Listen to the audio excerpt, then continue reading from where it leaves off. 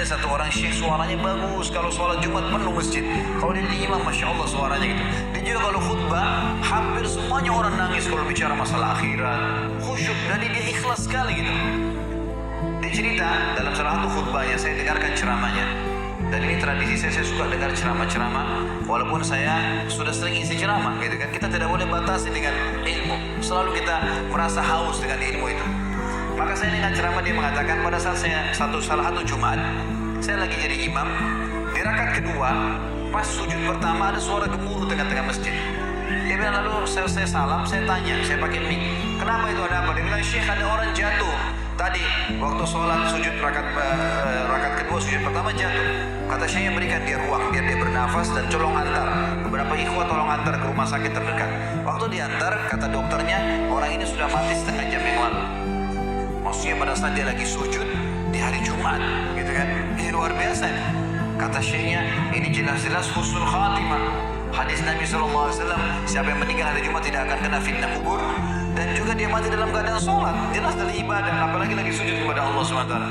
Lalu dia bilang, datang adiknya mengambil jenazah kakaknya. Lalu saya bilang, ini kakakmu datang jauh-jauh sholat di sini karena dia mau sholat dengan saya. Dia mau dengar ceramah, dia mau dengar suara bacaan Al-Quran.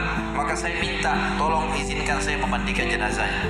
Kata adiknya, baik, silakan. Datanglah Syekh ke rumahnya, dimandikan jenazahnya.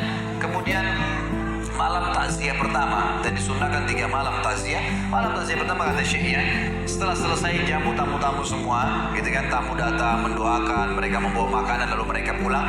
Lalu kata Syekh, saya tanya adiknya, kakakmu ini sebenarnya apa sih perbuatan amal dia yang paling menurut kamu Allah ridhoi sampai Allah tutup dengan husnul khatimah begini? Dia bilang, Syekh, kami punya orang tua, ayah kami sudah meninggal, ibu kami masih ada hidup, dan kami 6 orang bersaudara, semuanya bakti dengan ibu kami.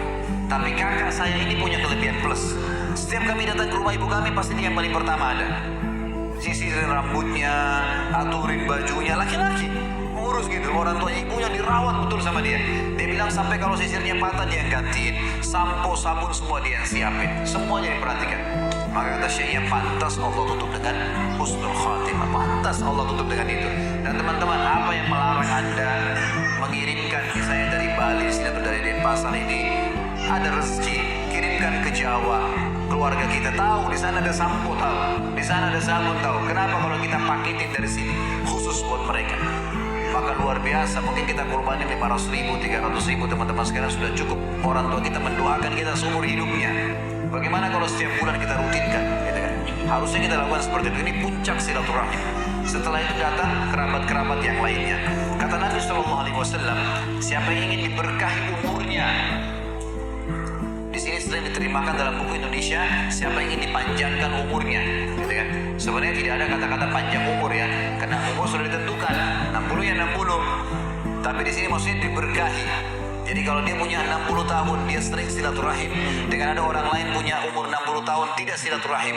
Kita temukan yang sering silaturahim ini akan berkah hidupnya. Sudah banyak bangun masjid, sudah banyak kegiatan-kegiatan sosial, Allah berkahi umurnya.